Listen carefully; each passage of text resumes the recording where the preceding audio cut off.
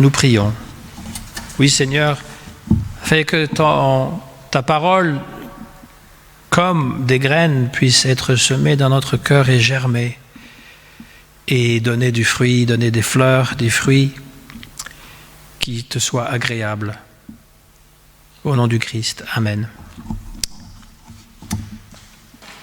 Alors, nous allons lire dans la première lettre au roi.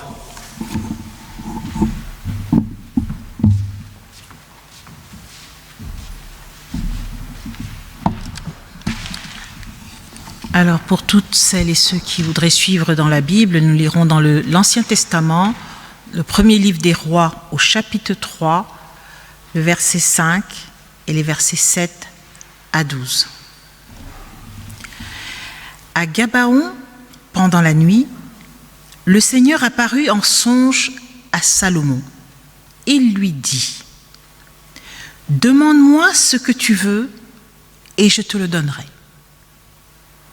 Salomon répondit : « Seigneur mon Dieu, c'est toi qui m'as fait roi à la place de David, mon père. Or, je suis un tout jeune homme, incapable de se diriger, et me voilà au centre du peuple que tu as élu. C'est un peuple nombreux, si nombreux qu'on ne peut ni l'évaluer ni le compter. Donne à ton serviteur un cœur attentif pour qu'il sache gouverner ton peuple et discerner le bien et le mal. Comment sans cela gouverner ton peuple qui est si important ? » Cette demande de Salomon plut au Seigneur qui lui dit : « Puisque c'est cela que tu as demandé, et non pas de longs jours, ni la richesse, ni la mort de tes ennemis, mais puisque tu as demandé le discernement, l'art d'être attentif et de gouverner, je fais ce que tu as demandé. Je te donne un cœur intelligent et sage, tel que personne n'en a eu avant toi et que personne n'en aura après toi. »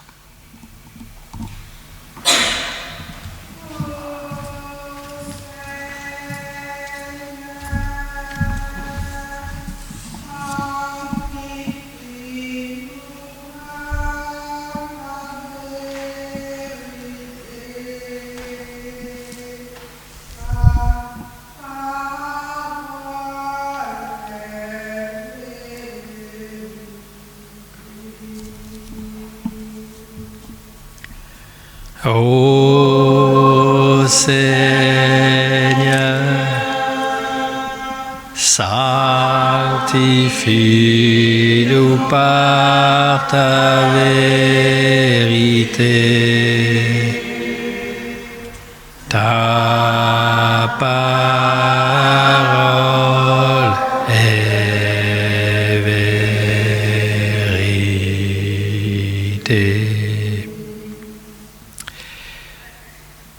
Salomon est le roi qui succède à son père David à un moment où toutes les tribus d'Israël sont réunies. Il n'y avait pas du royaume du nord et du royaume du sud, c'est à sa mort qu'il y aura cette division. Il va régner pour 40 ans, de 973 avant Jésus-Christ à 933. Et là, il vient d'être couronné et il fait un pèlerinage au sanctuaire de Gabaon, à quelques kilomètres de Jérusalem. Et il prononce la prière qui est restée célèbre dans la mémoire d'Israël et qui est comme un modèle, parce qu'il demande la sagesse. Mais Salomon, contrairement au portrait qu'on aurait tendance à faire, n'a pas toutes les qualités humaines. La réalité qu'on peut lire dans le livre des rois est moins flatteuse. Son accession au trône est émaillée d'intrigues politiques, assassinats y compris. Il a 3 frères aînés qui briguent aussi la place et qui normalement auraient dû être rois à sa place. Mais il y a eu des luttes fratricides des aînés, ça a déblayé le terrain et Bethsabée, sa mère, a fait le reste. Bethsabée qui, en passant, était la femme que David avait convoitée, qui était la femme d'Ulrich, et il avait envoyé Ulrich se faire tuer au champ de bataille pour prendre Bethsabée. Donc c'était Salomon, le deuxième fils, c'est né d'un adultère. Ça c'est pour montrer l'avantage de la Bible, contrairement à beaucoup d'autres écritures religieuses, comme le Coran par exemple, ou d'autres religions, c'est qu'elle décrit l'humain comme il a toujours été, et comme il est toujours. Il n'y a pas l'idée d'une évolution, qu'on devient plus intelligent, plus sage, plus brillant, aujourd'hui, qui est la religion matérialiste de notre époque. On est toujours plus meilleur que les autres. Tous nos ancêtres étaient des parfaits crétins, qui ne savaient pas vivre, qui avaient une vie très courte, qui vivaient dans la barbarie. Ça, c'est la croyance athée, on va dire, du monde moderne. Ou encore le contraire qui est décrit dans le Coran et dans beaucoup d'autres écritures sacrées, que c'est une dégénérescence, c'est-à-dire que l'être originel était pur, parfait, les premiers hommes étaient parfaits, et on va de pire en pire, on se dégrade de plus en plus. La Bible dit, enfin elle ne le dit pas, mais elle montre que l'être humain était tout aussi mauvais qu'il est aujourd'hui, moralement parlant, n'est-ce pas ? Parce qu'on ne discute pas de l'hygiène ou de la longueur de vie, quoique il y a des gens qui ont vécu aussi des longues vies, même à l'époque. Socrate a vécu 80 ans et plus, et il est mort en buvant du poison. Donc ça c'est mis à part. Moralement parlant, ce qu'on voit dès les premières pages de la Bible, c'est la jalousie entre les frères, entre les sœurs. C'est la médisance, c'est la violence, c'est l'hypocrisie. Et c'est ce qu'on voit encore aujourd'hui. On voit toujours toutes ces failles de l'être humain, la jalousie entre frères, entre sœurs, dans une même famille, au sein d'une même église, la médisance. Ça, je veux dire, il n'y a pas mieux en fait que les petits groupes, les petits villages ou les petites communautés ecclésiales. Qu'est-ce qu'on peut dire du mal de l'autre ? Qu'est-ce que ça nous fait du bien ? L'hypocrisie. Alors il n'y a pas que ces qualités négatives, il y a aussi l'être humain est capable de mieux, il est capable du meilleur, et c'est ce que l'on voit ici. On voit que Salomon demande à Dieu d'obtenir la sagesse. Il a compris que pour régner, il faut de la sagesse et de la lucidité. À défaut de l'avoir de la sagesse, eh bien le roi ou le président va régner par la force ou la terreur. Il va envoyer la police et l'armée pour régler les conflits, ou par la ruse, la manipulation, le mensonge. Comme le dit le proverbe, quand la bêtise gouverne, l'intelligence est un délit. La Bible dit que la sagesse est le bien le plus précieux au monde. Dans le livre qui s'appelle le livre de la sagesse, dont c'était le deuxième culte, j'avais fait une prédication sur le livre de la sagesse, sur une partie, un passage. Et c'est un livre qui ne figure pas dans les Bibles protestantes, qui s'appelle la Bible seconde. La Bible protestante, c'est la Bible seconde. La Bible catholique, c'est la Bible de Jérusalem. Et la Bible Tob, traduction œcuménique de la Bible, c'est la Bible qui donc a été faite et par les catholiques et les protestants. Et quand il y a eu l'ouverture des pays de l'Est, eh bien les orthodoxes aussi, ils ont mis aussi leurs livres, parce qu'il y a des livres qui ne sont pas compris. Et le livre de la sagesse, donc, fait partie des livres qui ne sont pas compris dans les livres canoniques de la Bible protestante, parce que ça a été écrit en grec. Et en plus, ça a été écrit aussi à Alexandrie, et des critères que les rabbins s'étaient donnés pour la Bible hébraïque, c'était que ça respecte les lois qui sont enseignées par Dieu, que ce soit écrit en hébreu et que ce soit écrit en Israël. Et c'est pour ça qu'ils n'ont pas retenu le livre de la sagesse, même s'il y a beaucoup de sagesse à l'intérieur. Et donc la sagesse, elle est décrite dans ce livre comme le plus précieux que l'or et les rubis. Ce que désire tout le monde, plus précieux que l'or et les rubis.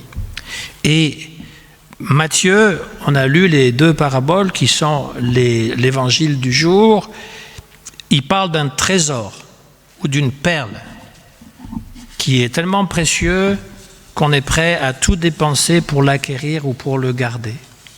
Et c'est donc la sagesse ou la parole de Dieu, parce que parfois c'est identique, eh bien c'est le bien le plus précieux. Dans ce même livre de la sagesse, Salomon parle, on lui attribue ce livre, pour dire que c'est une épouse idéale. Voilà ce qu'il dit, Salomon. Ayant raisonné en moi-même et considéré en mon cœur que la parenté avec la sagesse assure l'immortalité, que sa tendresse procure une grande joie et la communication de ses paroles la célébrité, j'allais de tous côtés cherchant comment la prendre pour épouse. C'est elle que j'ai aimée et recherchée dès ma jeunesse. J'ai cherché à en faire mon épouse et je suis devenu l'amant de sa beauté. Sa gloire éclipse la noblesse, car elle partage la vie de Dieu. Et si la richesse est un bien désirable dans la vie, quoi de plus riche que la sagesse, l'auteur de toutes choses? C'est un livre qui dit que la sagesse était au début, au commencement, que Dieu a créé avec la sagesse. Et donc des fois, il y a cette comparaison entre sagesse et Jésus. Parce que le trésor qui est caché dans le champ, c'est le Christ. C'est plus que Jésus, l'homme, Jésus, le Christ. Le Christ, c'est quelque chose qui est plus cosmique, on va dire, plus englobant que l'homme Jésus, même si les deux ne font qu'un. Mais trouver le Christ dans le champ qui est notre vie, notre cœur, c'est là le plus grand des biens. Et la sagesse, c'est ce qui va nous permettre. La sagesse, c'est simple, c'est comment savoir discerner le bien du mal déjà. Qu'est-ce qui est bon aussi pour moi et pour les autres? Qu'est-ce qui est suprêmement bon, le bien suprême? Eh bien, ce bien suprême, c'est cette perle si précieuse qu'on est prêt à vendre tout ce qu'on a pour l'acheter. Là, dans ce texte que nous venons de lire, le roi Salomon dit « Je suis un tout jeune homme, incapable de se diriger. Je n'arrive même pas à me diriger. Comment est-ce que je vais pouvoir diriger les autres ? Donne à ton serviteur un cœur attentif pour qu'il sache gouverner ton peuple et discerner le bien du mal. » Ce qui est remarquable dans la prière de Salomon, c'est que sa demande vise exclusivement le service du peuple. Il ne demande rien pour lui-même personnellement, il demande seulement les capacités nécessaires pour exercer la mission que Dieu lui a conférée.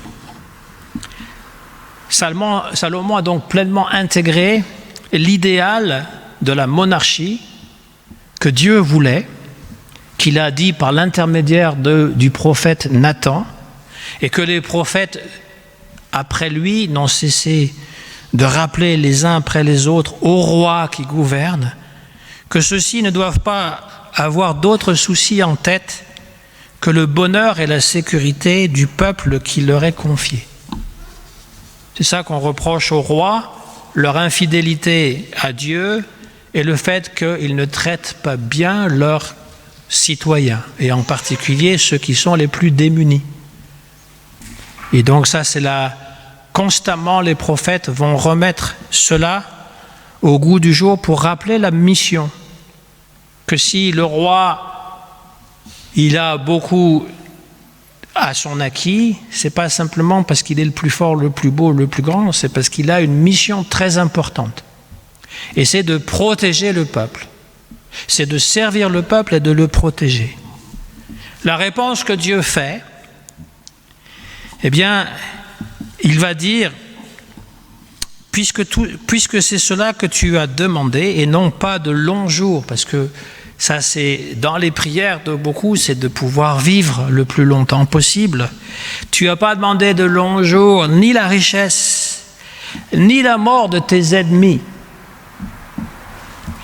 Mais puisque tu as demandé le discernement, la sagesse, l'art d'être attentif et de gouverner, je fais ce que tu as demandé, je te donne un cœur intelligent et sage, tel que personne n'en a jamais eu avant toi et que personne n'en aura après toi.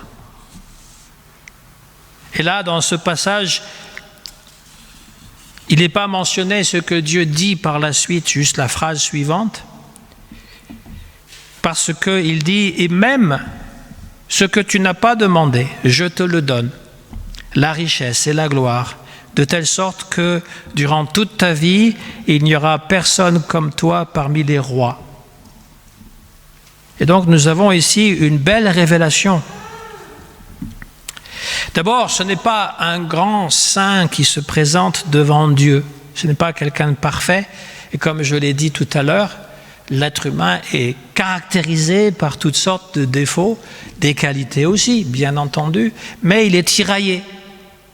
La dernière fois, on avait parlé du champ, que deux personnes semaient, il y avait le propriétaire du champ et puis il y avait l'autre qui passait derrière, un ennemi qui semait, dans le grec c'est marqué zizanie, la zizanie. Il sème une mauvaise plante et le champ, c'est le monde, c'est ce qui nous entoure. Il y a des gens qui sèment le bien, d'autres qui sèment des choses qui vont semer la discorde, qui vont diviser les gens et qui aiment ça. Mais on peut être ces mêmes personnes. On peut à la fois semer autour de nous des bonnes graines et des mauvaises. Et dans notre propre cœur, notre propre champ, on peut faire ça aussi, c'est-à-dire que eh bien, il y a toujours cette dualité fondamentale entre ce qu'il faut faire, le bien, et ce qu'il ne faut pas faire, le mal, et que finalement, on ne sait pas trop. On ne sait pas trop si... Il y a des gens qui sont croyants, qui prient tous les jours, qui disent « Je ne sais pas si je vais aller au paradis, parce que je sais que je fais plein de choses qui ne sont pas bonnes. » Mais l'illusion, c'est de croire qu'on pourra un jour devenir parfait, c'est-à-dire qu'il n'y aura jamais plus de mal en nous. C'est une illusion pour la simple raison que nous sommes des êtres humains. Et la particularité du protestantisme, c'est d'accepter ces deux parts dans nous. C'est-à-dire que Martin Luther disait qu'on est à la fois pécheur et à la fois fils de Dieu, c'est-à-dire pardonné. On est les deux à la fois.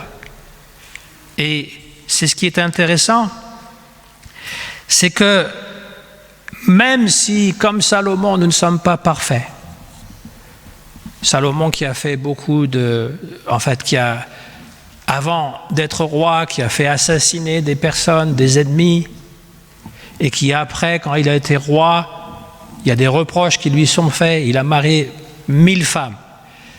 Il avait 1000 femmes et 500 concubines. Et un rabbin disait, quand on a 1000 femmes, pourquoi avoir 500 concubines en plus? Et il avait marié beaucoup de femmes étrangères qui ne croyaient pas au Dieu d'Israël, et donc il avait fait construire des temples pour les autres dieux, et ça lui est reproché dans la Bible qu'il a commencé à répandre un peu l'idolâtrie dans son propre pays, qu'il a trahi plus ou moins, comme les mauvais rois le feront aussi, la parole de Dieu. Donc avant et après sa propre demande de la sagesse, Dieu pardonne. Dieu n'a pas renié Salomon. Il n'a pas renié David non plus pour avoir couché avec Bethsabée. C'est ça qu'il faut aussi retenir. C'est que nous avons l'image d'un Dieu justicier qui va punir sévèrement tous les travers de l'être humain. Mais si on devait être puni pour tout ce qu'on a fait, on n'en finirait pas d'expier. S'il n'y a pas le pardon, remarquez dans la liturgie, Chaque dimanche, on a la louange suivie de la déclaration du péché, enfin pas la déclaration, mais la confession des péchés, parce qu'on est toujours pécheur, et suivie du pardon. Et après la volonté. Ça semble un peu redondant, ça semble un peu... Mais pourquoi on fait ça? On sait qu'on va être pardonné, pourquoi confesser nos péchés? Parce que c'est important de ne pas oublier que nous ne sommes pas parfaits.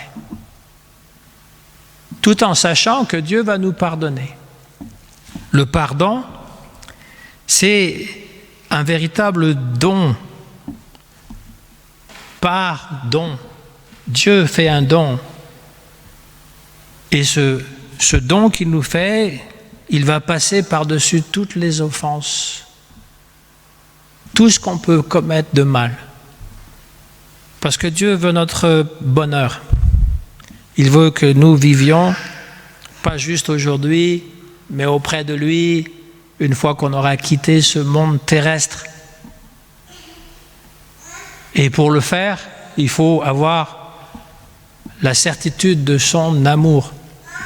Tant et aussi longtemps qu'on pense que Dieu est simplement un justicier, on va avoir peur de lui. C'est mieux que rien, c'est mieux que ne pas croire. Mais comment est-ce qu'on peut bien vivre avec soi-même? Mais quand on a la certitude de son amour, et particulièrement manifesté par Jésus le Christ, qu'il est venu pour sauver l'humanité entière, et qu'il est venu pour nous sauver individuellement, chacun d'entre nous, quand on a la certitude que Jésus est toujours auprès de nous, dans toutes nos difficultés et dans toutes nos joies, et qu'il nous pardonne, c'est alors que la vie, vraiment, vaut la peine d'être vécue. Et qu'on peut dire adieu, amen.